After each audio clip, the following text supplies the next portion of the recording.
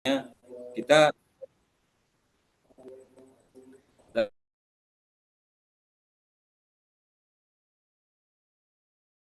Putus suaranya Pak Syahbirin. Oh, terpental kayaknya Pak Syahbirin. Oke, karena Pak Syahbirinnya terpental, atau kita tunggu, atau mau dilanjutkan sama Pak Rizal atau Bu Vita? Ya, saya lanjutkan, Pak. Ya, mangga Pak. Sampai nomor 2 tadi ya. Ya. Tujuan pendidikan agama Islam yang kedua adalah tercapainya kebahagiaan dunia dan akhirat, merupakan tujuan yang seimbang seperti disebutkan dalam Al-Quran, Quran Surat Al-Baqarah ayat 21 sampai 201. Kemudian yang ketiga, menumbuhkan kesadaran manusia mengabdi dan takut kepadanya atau Allah Subhanahu wa taala sesuai dengan firman Allah Subhanahu wa taala Quran surat Az-Zariyat ayat 51 sampai 56. Karakter kurikulum dan pengembangan kurikulum pendidikan Islam. Karakter kurikulum pendidikan Islam, tiap jenis kurikulum mempunyai ciri karakteristik termasuk pendidikan agama Islam. Abdurrahman An-Nahlawi menjelaskan bahwa kurikulum Islam harus memenuhi beberapa ketentuan. Ketentuan tersebut adalah sebagai berikut.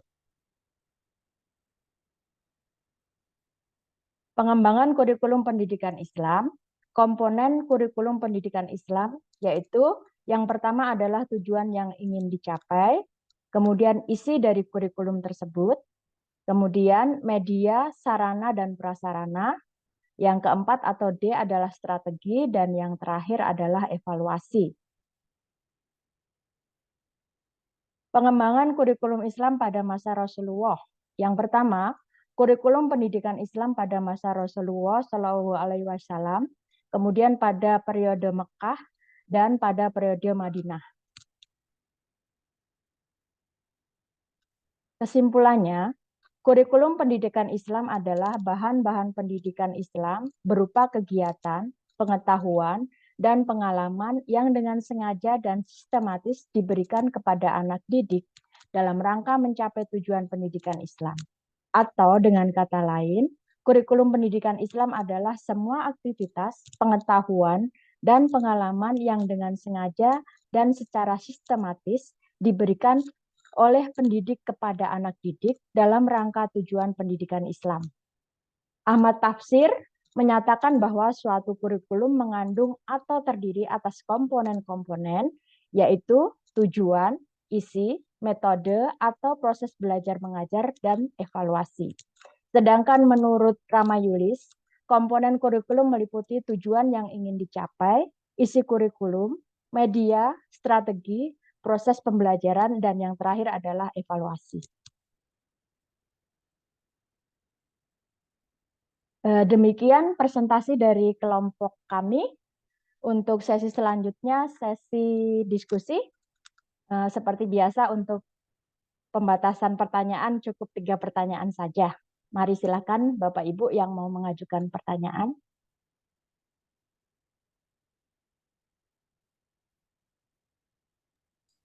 Ya, saya bertanya ke kelompoknya Pak Sabiran dan Bu Vita Barijal ya.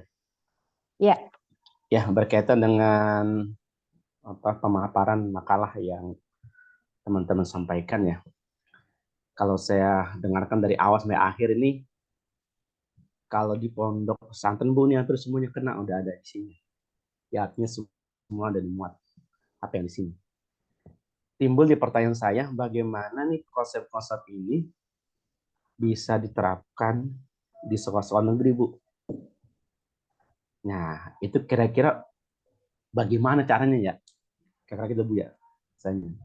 Ya, jadi kalau ya pengalaman saya nih, kalau yang disampaikan dari awal sampai akhir, untuk sekolah-sekolah berbasis pondok pesantren, kayaknya hampir semua diterapkan. Tapi bagi sekolah-sekolah umum ini kita yang, mohon maaf ya, kayaknya masih jarang. Bahkan katanya pendidikan agama itu cuma seminggu cuma sekali gitu. Ya.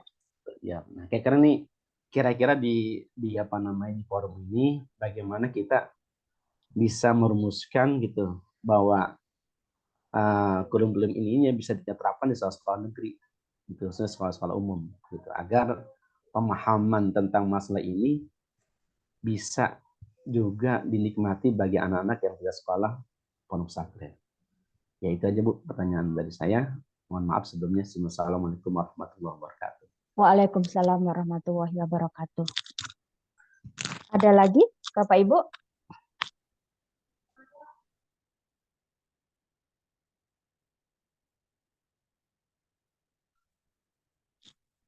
Pertanyaan yang kedua.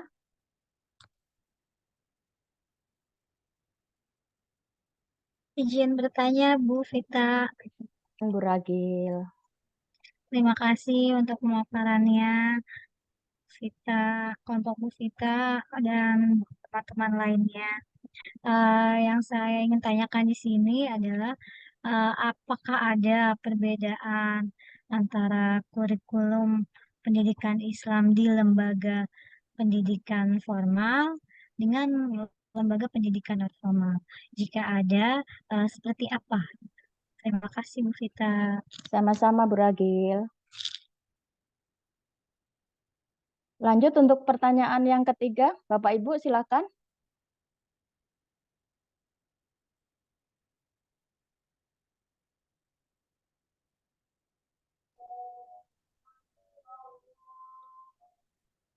Izin Bu Vita.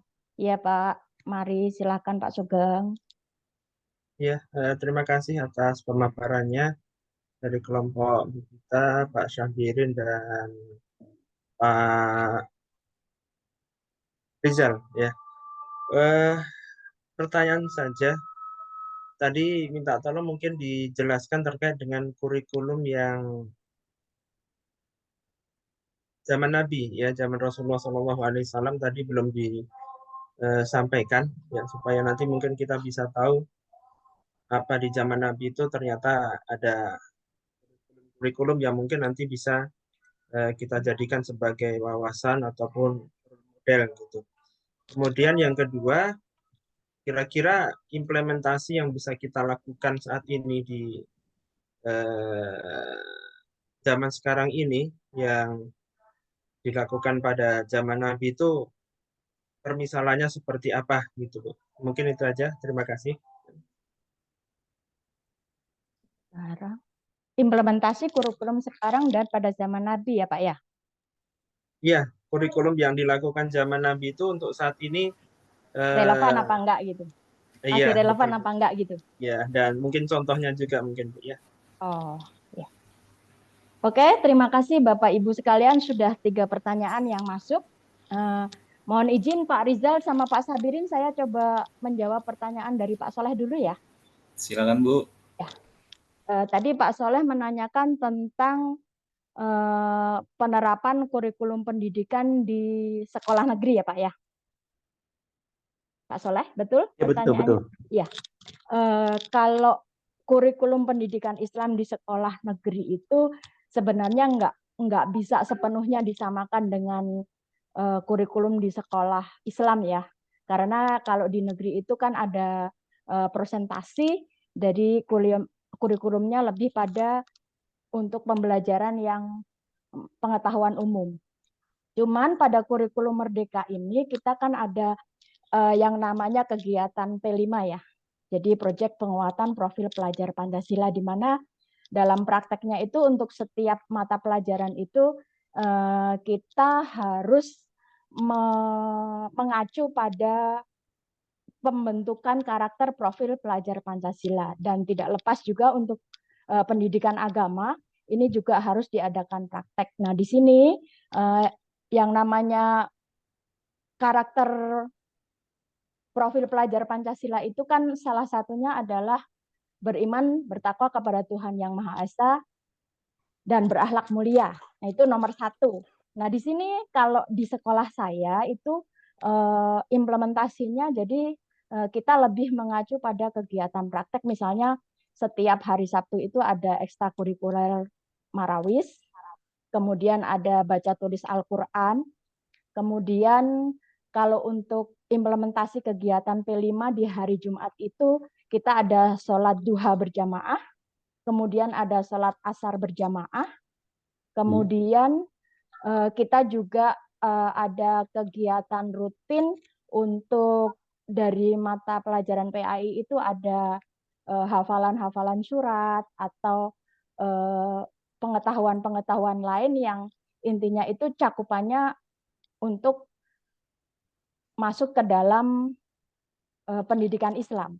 Jadi mungkin porsinya tidak sebanyak yang ada di sekolah Islam khusus, tapi di dalam kurikulum Merdeka ini untuk presentasi yang disesuaikan dengan kurikulum pendidikan Islam itu lebih diperbanyak, terutama untuk kegiatan praktek. Jadi kita sudah terbiasa untuk kegiatan-kegiatan Islami itu kita membiasakan anak untuk sholat berjamaah, kemudian belajar untuk memberikan ceramah atau dakwah ya, itu kemudian ada pelajaran marawis dan sebagainya itu. Jadi di sini insya Allah walaupun tidak banyak, tapi untuk implementasi kurikulum pendidikan Islam yang ada di sekolah negeri itu sudah mulai berubah dan presentasinya lebih banyak.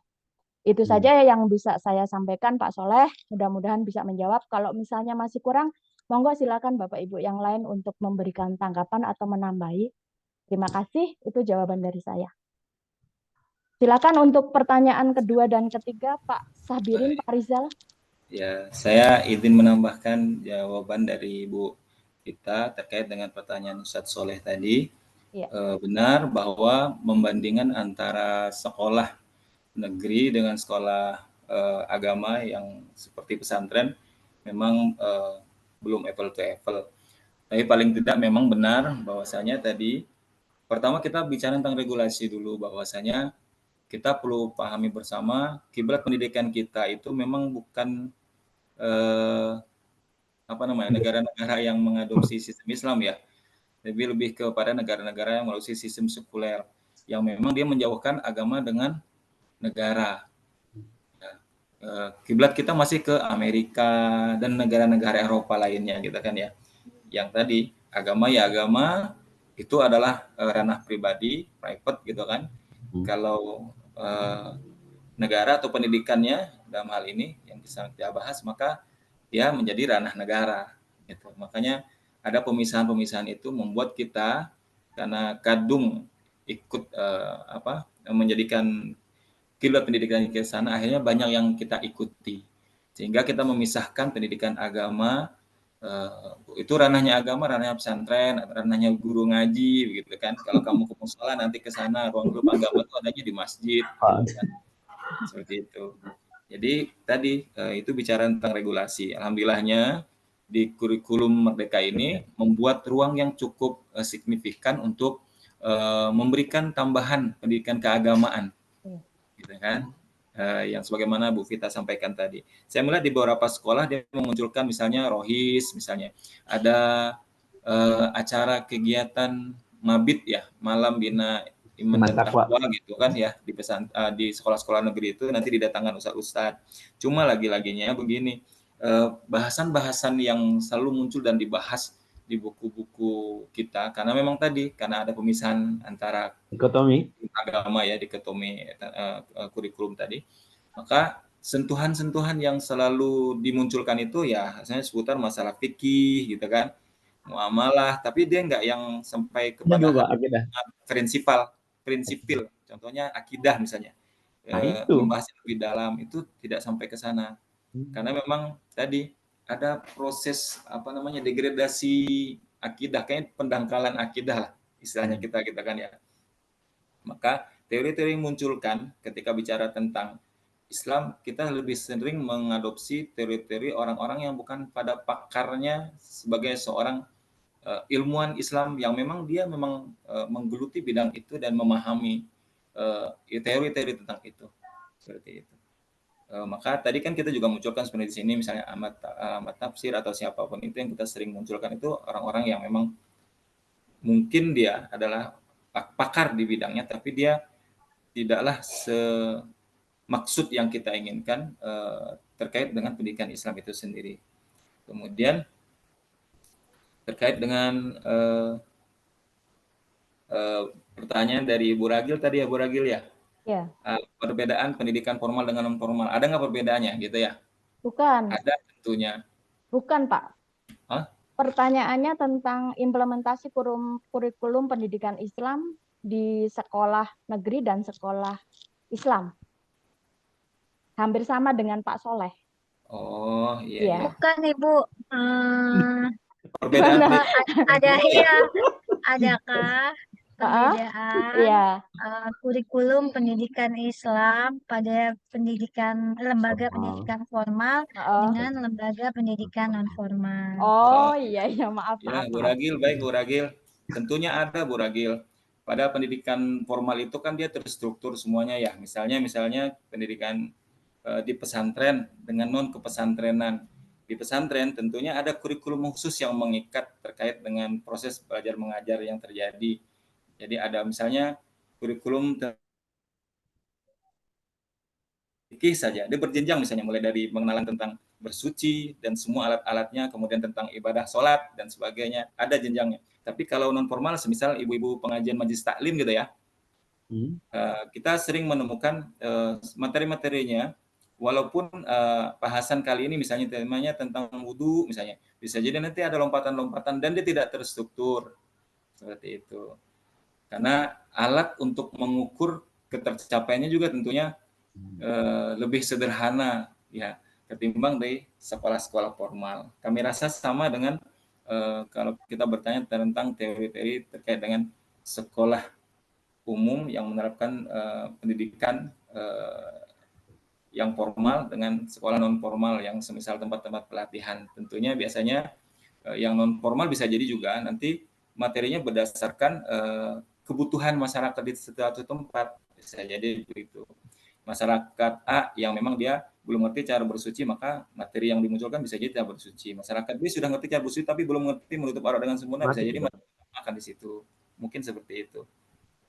Kemudian yang terakhir dari Pak Sugeng ya, bagaimana implementasi kurikulum di masa Rasulullah dulu ya. Iya dan kurikulum di zaman sekarang. Ya, pertama kurikulum di masa Rasulullah itu kita bisa bagi dua. Dalam hal ini ada fase Makkah dan ada fase Madinah. Kalau di fase Makkah itu mereka lebih banyak diberikan materi-materi terkait dengan akidah, gitu kan. Ranah-ranah keimanan yang digojlok gitu kan. Keimanan kepada Allah, kepada Rasul dan seterusnya. Kemudian di fase Madinah lebih kepada bicara tentang muamalah, gitu kan. Seperti itu kurang lebih. Apakah materi itu terstruktur? Kami rasa sudah disampaikan yang ini ada hubungan dengan yang tadi yang mirip dengan disampaikan dengan Bu Ragil tadi ya. Kalau bicara tentang terstruktur atau tidak, kami rasa itu sudah terstruktur pada fasenya. Ya. Pada masa Makkah, maka itu sudah memang bahasan utamanya adalah bagaimana penguatan mereka dari sisi akidahnya agar mereka terhindar dari kemusyrikan, agar mereka benar-benar menuhankan pencipta Allah Subhanahu wa taala, kemudian bagaimana berinteraksi yang tepat kepadanya gitu kan. Bagaimana menjadi lebih dekat dan lebih baik kepadanya dan bagaimana menjauhi semua larangan-larangannya. Kemudian bagaimana implementasinya untuk saat ini, apakah bisa diterapkan gitu kan ya? Sangat mungkin gitu kan. Kalau kita masuk pada fase-fase Makkah, misalnya kita menemukan di satu tempat orang-orang yang memang masih berkutat dalam masalah kemusyrikan, kita bisa menerapkan kurikulum yang Rasulullah sampaikan di fase Makkah. Tapi kalau kita sudah masuk di lingkungan perkotaan yang orang sudah mungkin memahami dengan baik tema-tema akidah, maka sangat mungkin interaksi sosialnya mungkin bermasalah di kota tentang bicara tentang individualisme dan sebagainya.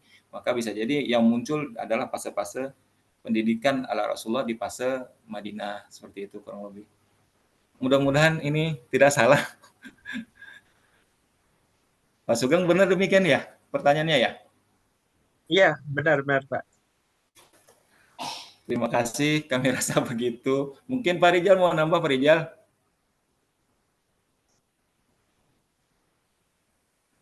Belum masuk, Pak. Itu Pak Rijal masih di mute. Iya, Pak Soleh, Bu Ragil sama Pak Sugeng bagaimana jawaban dari kelompok kami? Apakah sudah cukup atau mungkin masih ada ganjelan atau Cukup, mungkin masih perlu penjelasan lagi? cukup. Alhamdulillah sudah cukup jelas Bu kita, Pak Sabirin, Pak Rizal, terima kasih. Sama-sama Bu Sama-sama, Bu Ragil. Ragil, Pak Sugeng, Mungkin Cukup Pak sudah. Soleh. Bu Vita, mungkin menurut hemat saya gitu ya, pendidikan agama khususnya sekolah umum Mm-mm. dimulai dari yang paling pokok dulu kali ya, tentang masalah akidahnya gitu. Tadi kan Bu Vita sudah menyampaikan ya betapa sekarang itu kita khususnya masalah agama ini Mm-mm. dikasih porsi yang luas gitu karena Ya. dari Merdeka Mm-mm. ya. Ya. Kayak pengenam budaya, kayak Marawis, atau tadi ada kegiatan sholat berjamaah, itu udah mantap benar gitu. Cuma alangkah mantapnya ini kita mulai dari mata budu mimbandi gitu. Yang Apa itu, Pak? bersifatnya akidah. Iya, jadi dulu kan itu ungkapan seorang nabi kepada putranya, jadi kalau aku meninggal apa yang harus buat. Jadi menurut pandangan saya alangkah indahnya itu kalau dimulai di itu tentang masalah akidah. Iya, tadi kan Setuju Ustaz Soleh. iya, jadi kan tadi Ya, sesuai mungkin dengan Buya Kiai Sabri itu dimulai di pasar Mekah itu kan dimulai dengan masalah Buya. akidah. Di Madinah kan Buaya, bermasalah muamalah ya. Jadi dengan satu harapan meskipun anak-anak tidak sekolah boarding school atau mondok, jadi akidahnya yang perlu diselamatkan gitu. Jadi kalau akidahnya mantap, insya Allah ketika Pak Sabri jadi Menteri Agama, insya Allah haji aman, tidak naik lagi. Masya Allah. Ya, Iya, amin banyak. saya rasa itu kan Ustaz Soleh kalau saya sudah jadi presiden. Amin gitu Amin. ya. Ya, amin. Ini nggak kamarnya nggak? Ya, kita aja, Bu. Ya, Itu itu kan masalah saya. menjauhkan kita dengan akidah itu kan memang konsepnya para penjajah kita, Ustaz Soleh. Makanya Karena itu saya bilang. kita, dasar akidah kita ini merdeka. Merdeka dari penyembahan kepada selain Allah. Merdeka dari tunduk kecuali hanya untuk Allah. Merdeka dari sesembahan kecuali hanya untuk Allah. Kata merdeka itu yang sangat ditakuti oleh para penjajah kita ya.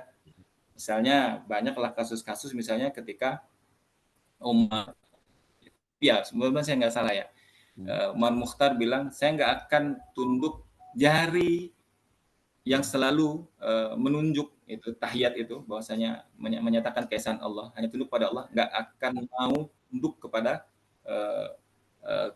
kepada musuh-musuh Allah. Dan saya mudah-mudahan saya nggak salah kalau kita membaca di hikayatnya Patimura, kan kurang lebih begitu kalimat-kalimat beliau ketika hendak digantung. Seperti itu. Artinya telunjuk yang dia biasa ditegakkan kita mengatakan la ilaha illallah Muhammadur Rasulullah, maka dia adalah memiliki jiwa-jiwa yang bebas dari kemusyrikan, dari ketundukan kepada selain Allah. Nah, ini yang ditakuti, maka di awal saya katakan tadi kalimat pendangkalan gitu ya. Seperti itu. Dijauhkan kita memang bahasan-bahasan kita selalu saja bicara tentang masalah muamalah. Masalah muamalah saja, tapi akidahnya nggak dibahas karena dikhawatirkan nanti kita benar-benar menjadi orang-orang yang sehat secara keimanan. Ya kita radikal gitu ya. Iya. Ya kalau mereka menyebut kita taat kepada Allah disebut radikal, biarlah saya menjadi radikal itu. Iya. Takbir. Bagus. Iya. Mari mungkin dari Bapak Ibu yang lain mau menambahkan supaya lebih bervariasi.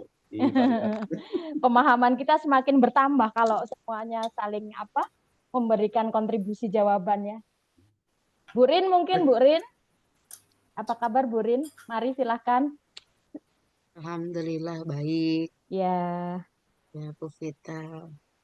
Ya subhanallah lah pemaparannya.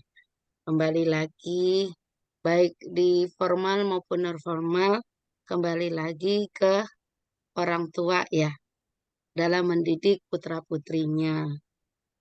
Yang jelasnya dimanapun kita menitipkan atau mengamanahkan putra-putri kita, tentunya akan kembali lagi kepada pembiasaan di madrasatul ulanya, di keluarganya. Itu. Masya Allah. Ya, Ya. betul. Hebat Jadi alhamdulillah sekali penambahan dari Bu Rin ya. Itu yang paling pokok ya Bu Rin ya, fondasi ya. Iya, benar itu fondasi. Iya. Pak Sugeng, bagaimana Pak Sugeng untuk jawaban dari Pak Arim tadi, apa sudah cukup? Pak Sugeng lagi sholat. Pak Sugeng lagi sholat. Masya Allah. As-sholat tapi baktian. Pak Iwan ganti tuh. Ada Pak Iwan itu junior. Ngomong-ngomong kurikulum, sebetulnya kan kita itu kalau misalkan kita apa ya namanya, kita hemati gitu. Kurikulum di negara Konoha ini ada yang kalau menurut saya, kalau setahu saya itu ada 3 mungkin ya. Kurikulum yang dari Mendikbud, kurikulum dari Kemenak, ada lagi kurikulum yang memang Lokal. pondok pesantren itu kayak Gontor, dia punya kurikulum sendiri itu. Iya. Ya kan? Itu tuh menurut kita tuh coba deh kita diskusikan mana yang terbaik di antara mereka. Gitu. Dari di antara 3 itu sebetulnya masing-masing memiliki penekanan terhadap Islam, tetapi tidak memiliki porsinya masing-masing. Memang balik lagi kepada pilihan orang tua ingin mengamanahkan anak didik anaknya ini ke mana gitu. Cuman kan kalau misalkan boleh kita didiskusikan di forum ini sambil nunggu Pak Murodi, mana yang terbaik dan apa alasannya gitu kira-kira. Nunggu siapa aja yang jawab. Izin Pak Arif. Oh iya, Oh iya Bu, monggo, Miss Zahra. Apa kabarnya ini, Miss Zahra? Alhamdulillah baik. Kita gimana kabarnya? Alhamdulillah baik. Alhamdulillah. Ya Pak Arif, menanggapi apa yang Pak Arif tanyakan, saya ada pengalaman ngajar di 2 tempat. Yang satu ini kurikulumnya kurikulum ala Madinah gitu, nyebutnya gitu ya. Cuman maksudnya secara praktek benar atau enggak kan saya nggak bisa pastikan ya di Madinah kayak gitu atau enggak. Tapi nyebutnya kurikulum Madinah. Yang satu lagi ya biasa kurikulum nasional. Balik lagi kalau untuk menyekolahkan anak, benar Pak, itu tergantung orang tua sukanya kemana gitu dan orientasi anaknya mau diarahkan kemana. Tapi yang saya lihat anak-anak yang yang sekolahnya di sekolah dengan kurikulum Madinah ini, mereka untuk pengetahuan umumnya itu jauh banget dibanding sekolah-sekolah yang pakai kurikulum nasional. Saya sih nggak menyalahkan gitu ya. Mungkin memang mereka menekankan yang penting anaknya tahu ilmu agama gitu ya, atau gimana? Mungkin arahnya ke sana gitu. Cuman yang disayangkan anak-anaknya ini sampai lambang Pancasila aja nggak bisa ngebedain. Terus pokoknya banyak pengetahuan-pengetahuan umum yang anak-anak di sekolah lain tuh kayak apa ya, ibaratnya gampang banget tapi mereka tuh belum tahu gitu. Kemudian sebetulnya gini, kalau memang mau diarahkan anak ini untuk kuliahnya di luar negeri gitu ya, di Timur Tengah, sebetulnya bagus banget. Nah, yang disayangkan ini anak-anaknya pengennya tetap kuliah di Indonesia dengan jurusan umum. Nah, itu ngaruh banget Pak, karena ya itu dia, mereka sangat amat kekurangan informasi terkait bagaimana cara daftar kuliah negeri, jalurnya apa aja, kemudian sekolah tinggi itu terbagi menjadi menjadi berapa, mereka sangat-sangat kesulitan gitu. Jadi apa ya, ya itu balik lagi sih anak ini mau diarahkannya kemana gitu. Kalau misalnya memang mau dikuliahkannya, ini untuk anak setingkat SMA ya, mungkin kalau SD SMP saya kurang tahu, tapi kalau setingkat SMA gitu. Kalau misalnya memang mau dikuliahkannya di Timur Tengah tuh bagus banget untuk sekolah-sekolah yang memang ya itu tadi kurikulumnya kurikulum Madinah gitu ya disebutnya. Tapi kalau misalnya yang apa namanya memang masih mau di dalam negeri aja dan mau diarahkan ke umum, ada baiknya kalau tetap mau disekolahkan di sekolah dengan kurikulum Madinah ya oke, tapi ditambahkan gitu pengetahuan umumnya tuh lebih di up lagi gitu. Jadi jangan sampai ketinggalan sama anak-anak yang lain karena benar-benar itu wah menurut saya luar biasa banget ya, maksudnya anak SD SMP aja udah bisa bedain lambang Pancasila, ini belum bisa bedain sila pertama tuh lambangnya apa, sila kedua apa, kemudian eh, apa namanya apa nama makna-makna demokrasi tuh sama sekali nggak tahu gitu. Jadi kalau kata Gen Z tuh ngangong gitu, bener-bener gak tahu sama sekali gitu. Ya kira-kira gitu sih Pak. Itu lagi balik lagi ya, tergantung gimana maunya, mau apa ke depannya mau gimana gitu. Mungkin Bapak Ibu yang lain punya apa punya pandangan berbeda dari saya, Kak. Mangga Bapak Ibu. Terima kasih. Terima Ya, kasih Bu Jaka. terima kasih Bu Zahra. Terima kasih, Miss.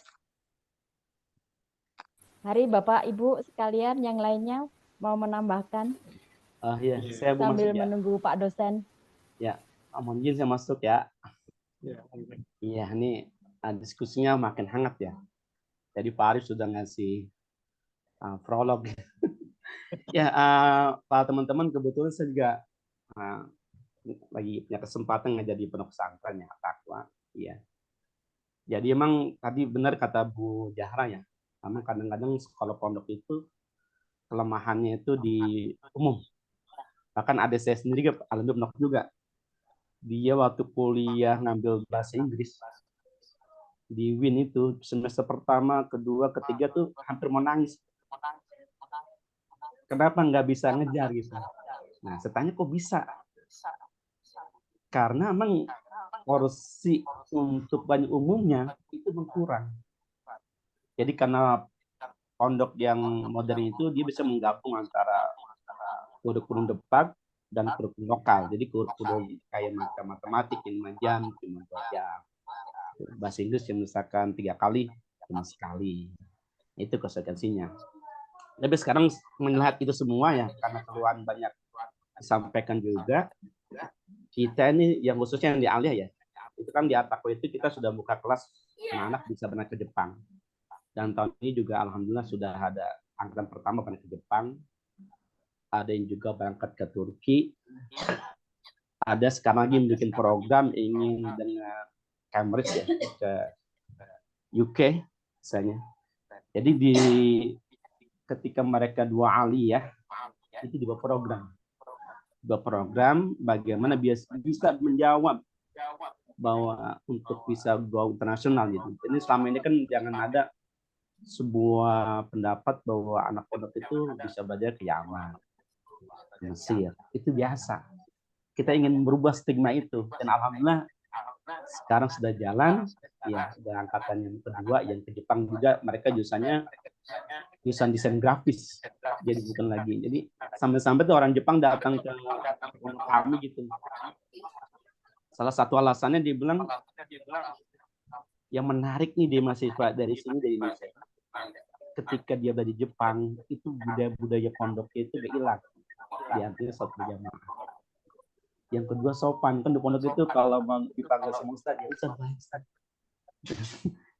jadi mereka itu tertarik dengan itu. Mereka ada yang menyempatkan diri datang ke pondok orang Jepang itu ingin melihat sekolah sini gimana pelajaran. Ya. Jadi itu mungkin sekilas gitu ya. Jadi ada juga pondok yang sekarang sudah menyadari bahwa kalau mereka tidak perbaiki kurikulumnya gitu, dalam arti kata porsi umumnya didikitkan, maka akibatnya mereka akan tertinggal. Maka disiasati ketika mereka sudah 2 aliyah ditanya kamu mau kemana, ada mereka dibawa program untuk menuju impian dan harapan cita-cita mereka. Mungkin itu aja dari saya. Wassalamualaikum warahmatullahi wabarakatuh. Waalaikumsalam warahmatullahi wabarakatuh. Terima kasih Pak Soleh. Pak Rizal mana nih Pak Rizal? Pak Rizal, ada. Boleh menambahkan, Bu? Monggo Pak Monggo. Iwan. Monggo Pak Iwan. Oh iya, baik. Walaupun tadi tidak begitu lengkap ya menyimak pokok diskusi yang terakhir ini yang dibahas, cuma saya kira dari beberapa paparan rekan-rekan ini sangat menarik sekali ya. Kita membicarakan tentang satu kurikulum yang mestinya menjadi garapan kita lah para pendidik Islam dan para pejuang di lembaga pendidikan Islam. Saya teringat bagaimana Dr. Adian Husaini kemudian beliau mengambil satu konsep ya tentang kurikulum ini yang beliau ambil sebenarnya bukan murni pemikiran beliau tapi dari Kiai Haji Aceng Jarkasi ya rahimahullah taala. Beliau mengatakan bahwa kurikulum Islam itu beliau singkat menjadi TOP ya atau top bahasa ini ya. T yang pertama ini tanamkan, yang pertama itu adab dan akhlak gitu ya. Tanamkan adab dan akhlak. Yang kedua O ya, beliau sebenarnya O ini ke U ya nantinya jadi utamakan atau oetamakan ya. Utamakan ilmu-ilmu yang sifatnya fardu ain. Itu tahapan yang kedua. Kemudian tahapan yang ketiga, P-nya adalah prioritaskan ya setelah adab dan akhlak termasuk di dalamnya iman. Kemudian hal-hal yang menjadi fardu ain bagi seorang hamba itu diutamakan di samping sebelum kurikulum-kurikulum yang lain termasuk kurikulum umum tentunya. Dan P yang terakhir adalah P yang tadi yang top itu prioritas kepada hal yang menjadi fardu kifayah gitu. Jadi setelah adab dan iman tertanam pada seorang muslim, kemudian hal-hal yang menjadi fardu ain bagi dirinya dalam kehidupan beragama, dalam kehidupan secara umum sudah dia kuasai, sudah dia bisa jalankan dengan baik, sudah dia ilmui dengan baik, baru diarahkan pembekalan pendidikan kita ini membekali anak-anak kepada hal-hal yang akan menjadi fardu kifayah sehingga ia bisa berkontribusi dalam hal fardu kifayah itu. Nah, yang menjadi catatan bagaimana fardu kifayah ini bisa maksimal diperankan oleh anak didik kita. Kita juga ada tuntutan untuk mengenali potensi dan bakat anak-anak tersebut, potensi dan bakat generasi kita gitu. Sehingga dalam hal fardu kifayah atau hal-hal ilmu yang mubah, tidak kita paksa semua anak itu memahami semua disiplin ilmu. Katakan ilmu umum, matematika harus dikuasai, kemudian ilmu-ilmu yang lain harus dipaksa dikuasai sehingga dijajali dengan berbagai macam kurikulum dan materi pendidikan. Ini pemborosan gitu. Dan pada akhirnya anak ini akan berkiprah dalam kehidupan, berperan dalam kehidupan memang sesuai dengan potensi yang diberikan oleh Allah ya pada dirinya gitu. Sehingga ketika kita pernah mempelajari masalah bakat ini, ada seorang founder dalam salah satu asesmen bakat itu mengatakan banyak orang yang menemukan bakat itu justru di usia misalkan 60 tahun, 70 tahun. Nah, selama ini mereka berkelana gitu ya, mencari jati diri, menemukan bakatnya gitu. Nah, ini barangkali PR bagi kita bagaimana kita bisa membantu ya anak-anak kita dan generasi kita sejak dini mengenalkan kepada mereka bagaimana mereka mengenali dirinya sendiri, mengenali bakatnya, dan kita arahkan pendidikan kurikulum kita selain yang tadi ya iman dan adab, kemudian hal-hal yang menjadi fardu ain bagi dirinya, dalam hal ilmu-ilmu yang bukan menjadi fardu ain kita arahkan mereka fokus kepada sesuatu yang menjadi bakatnya.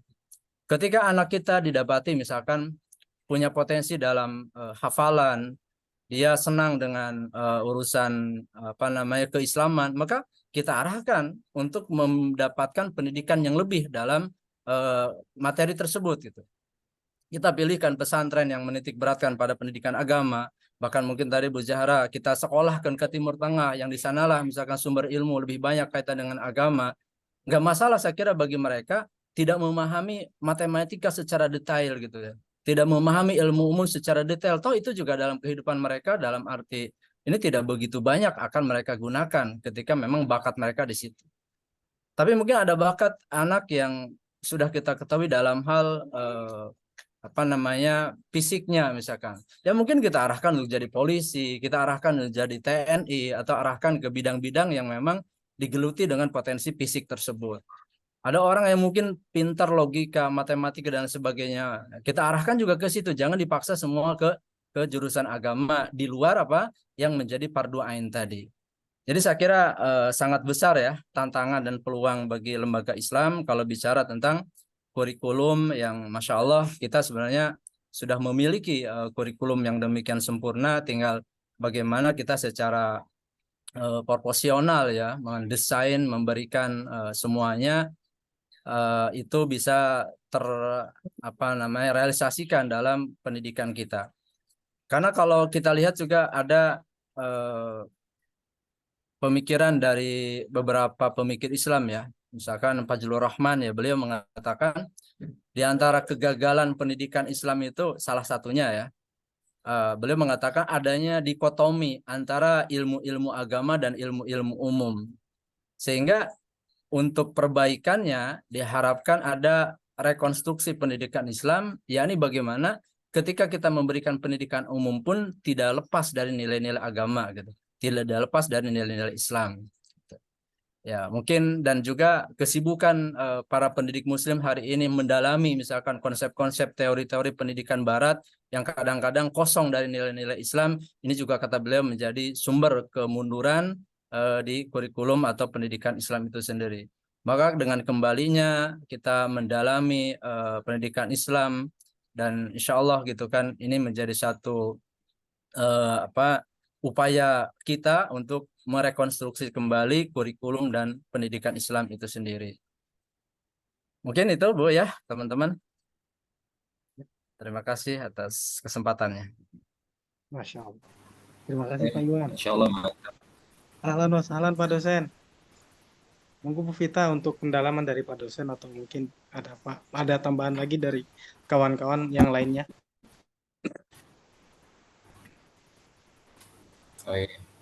Sedikit Pak. Ya. Sebelum ke Pak dosen,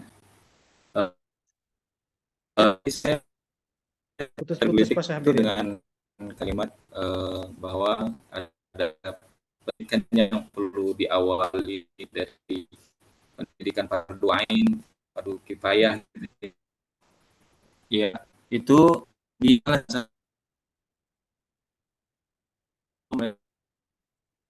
Ya, Pak Syahbirin putus-putus Pak Syahbirin. Sinyal Pak, sinyal. Iya, sinyal. Sistem udah mulai mendung Pak, mau hujan di sini.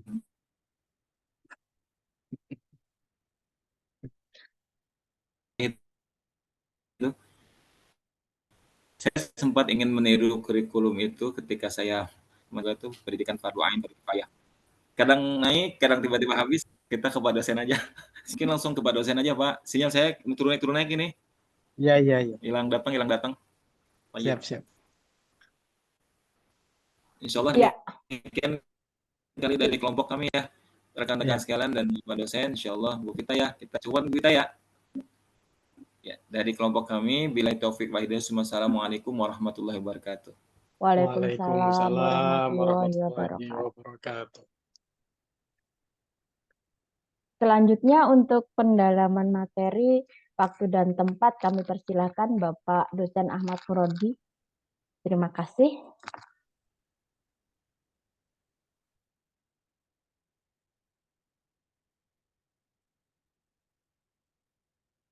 Masih di mute Pak.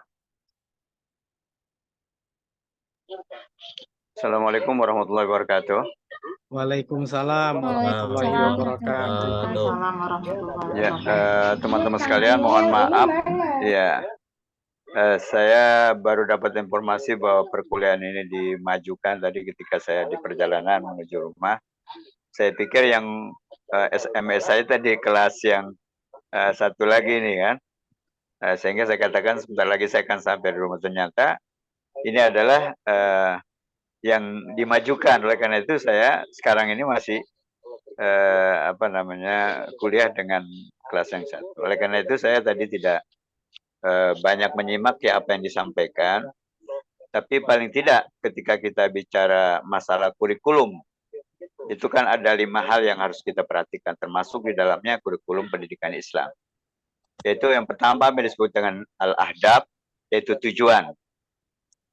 Jadi tujuan apa sih sebenarnya pendidikan Islam secara umum? Ya tidak lain adalah sesuai dengan firman Allah, wa ma khalaqtul jinna wal insa illa liya'budun. Itu dari segi hadap tujuan secara umum ya.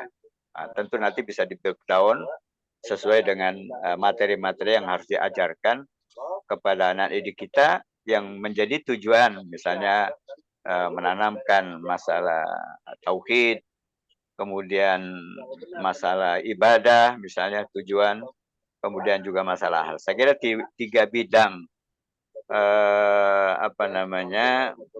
yang kita sebut rukun agama, yaitu menjadi target atau tujuan dalam pendidikan Islam, yaitu tadi menanamkan akidah, ibadah, dan akhlak. Nah, tentu untuk bisa merealisasikan tujuan itu dalam kurikulum ada yang disebut dengan al-muhtawa.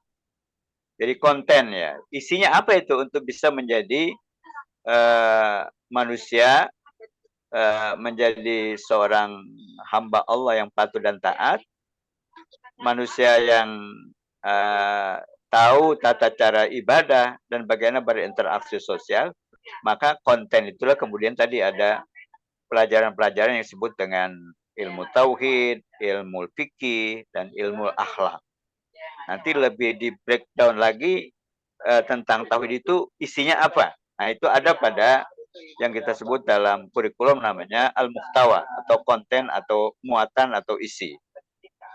Kemudian setelah kita menentukan konten dari yang merupakan breakdown dari tujuan atau goal, maka kita harus memilih apa yang disebut dengan thoriqoh. Thoriqoh itu ada metode. Jadi bagaimana cara kita mengajarkan tentang akidah, tentang ibadah, kemudian juga tentang akhlak. Maka banyak metode yang bisa digunakan sesuai dengan materi yang disampaikan, bisa dengan qudwah, suri toladan, bisa dengan tatbik, implementasi, atau amalia, atau praktek. Nah, kemudian yang keempatnya apa yang kita sebut wasilah, medianya apa? Nah, tentu media itu sangat beragam, dan kita bisa memanfaatkan media-media ada yang ada lingkungan, apalagi pada era modern ini kan teknologi pendidikan begitu maju, sehingga kita bisa memanfaatkan media itu. Samping media-media yang ada di sekitar kita, ya buku, bacaan-bacaan, referensi segala macam. Nah, kemudian yang terakhir ada apa yang disebut dengan takyim atau evaluasi. Jadi apakah proses yang kita lakukan itu sudah sesuai dengan target yang dicanangkan? Nah, sehingga kalau itu sudah sesuai, ya tentu ditingkatkan, apalagi kalau ada kekurangan masa diperbaiki. Sehingga dengan adanya takwim atau evaluasi kita bisa mengetahui apakah target dari pendidikan Islam yang kita canangkan itu telah tercapai atau belum. Nah, saya kira ini 5 hal yang dalam sistem kurikulum disebut dengan anasir al-manhaj, yaitu elemen-elemen atau unsur kurikulum harus mencakup 5 hal tadi, yaitu ahdab, goal, tujuan. Kemudian yang keduanya adalah al-muhtawa, kontennya, isinya, muatannya apa saja untuk tauhid, untuk ibadah, untuk tauhid, akhlak. Kemudian setelah itu kita pilih thoriqoh, metode yang sesuai. Kemudian setelah kita memilih metode, maka kita tetapkan media yang kita gunakan. Dan yang terakhir harus dievaluasi proses itu, sehingga kita bisa mengetahui apakah target yang kita canangkan, ahdaf atau goal yang kita canangkan sudah tercapai atau belum. Sehingga memang proses itu terus berlanjut, dan biasanya kalau kurikulum itu memang selalu harus dievaluasi. Ya, bahkan di kita ini ya paling cepat 5 tahun lah, ya paling lama 10 tahun, bahwa kurikulum itu apakah masih sesuai atau tidak. Saya kira itu aja yang bisa saya tambahkan dari topik kita pada sore hari ini tentang kurikulum pendidikan Islam. Sekali lagi saya mohon maaf tidak bisa mengikuti perkuliahan ini secara penuh karena dimajukan sehingga bentrok. Tetapi nanti saya bisa baca dalam makalah lengkap ataupun PPT yang dikirim ke Google Classroom. Saya kira itu, terima kasih pada kelompok ini yang telah mempresentasikan, mudah-mudahan menambah wawasan kita. Saya kira dengan demikian mari kita akhiri perkuliahan pada sore hari dengan sama-sama membaca hamdalah. Alhamdulillah. Ya, terima kasih semua bersama pada pemateri dan juga yang telah memberikan masukan pada pertemuan kali ini. Wassalamualaikum warahmatullahi wabarakatuh. Waalaikumsalam. Warahmatullahi wabarakatuh. Terima kasih Pak dosen. Terima kasih Pak dosen.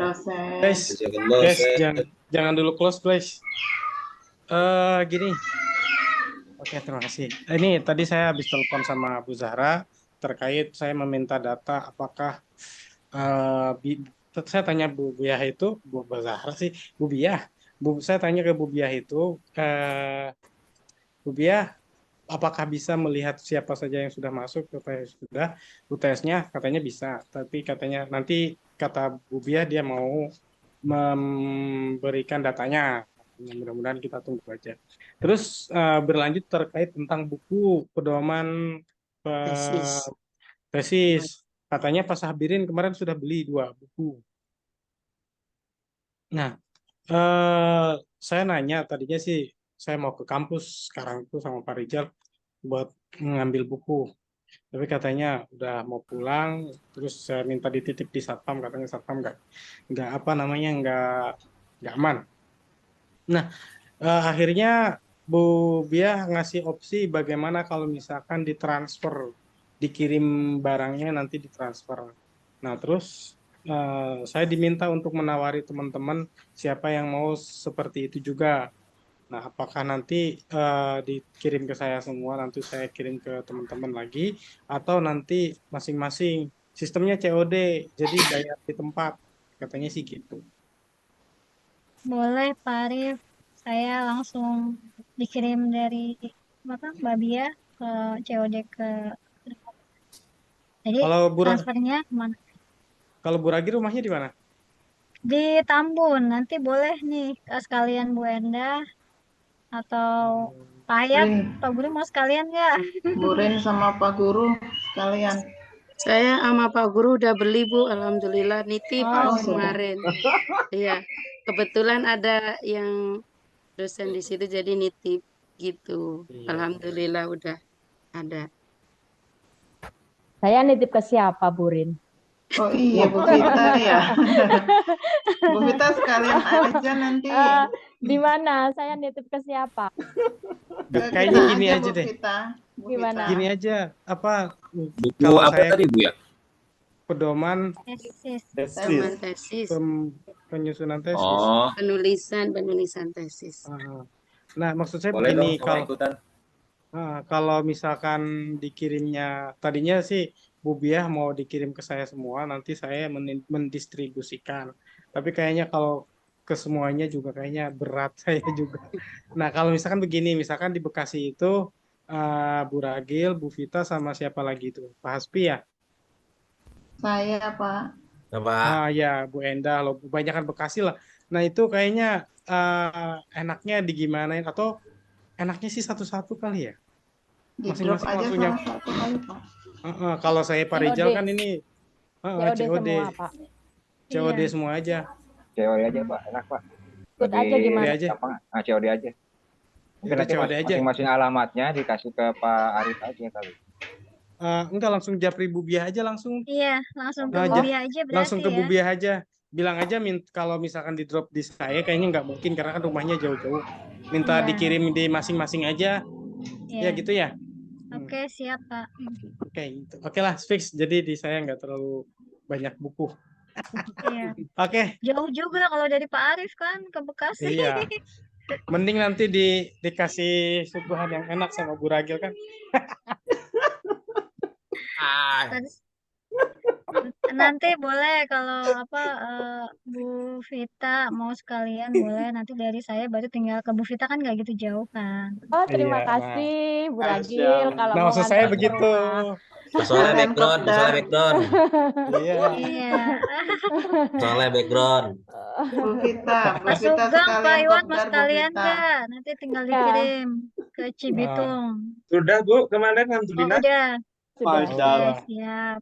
Pantesan tugasnya udah pada Pantesan selesai, saya anteng belum nih. ini.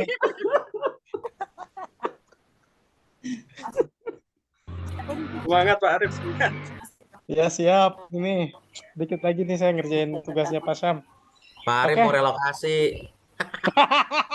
Nah, ini. Jangan, itu akun si gesit gue yang megang, rame. Ya udah nanti Pak Arif kalau udah ada Kemarin list itu. dari Bu Bia yang tentang tugas yang belum nanti tinggal di share aja ya. Nanti saya share. Makasih Pak Arif. Iya, sama-sama. Makasih, Udah Pak paling Arif. itu aja ya. Iya, sama-sama. Makasih, sehat-sehat semuanya ya. Amin. Makasih Terima semuanya. kasih semuanya. Sampai Sampai ketemu minggu ketemu depan. insyaallah. Assalamualaikum warahmatullahi Waalaikumsalam wabarakatuh. warahmatullahi Malam wabarakatuh. minggu guys. Warahmatullahi wabarakatuh. Izin live ya. Assalamualaikum. Izin live ya. Ya, Izin Waalaikumsalam. live. Yo, Ya. semoga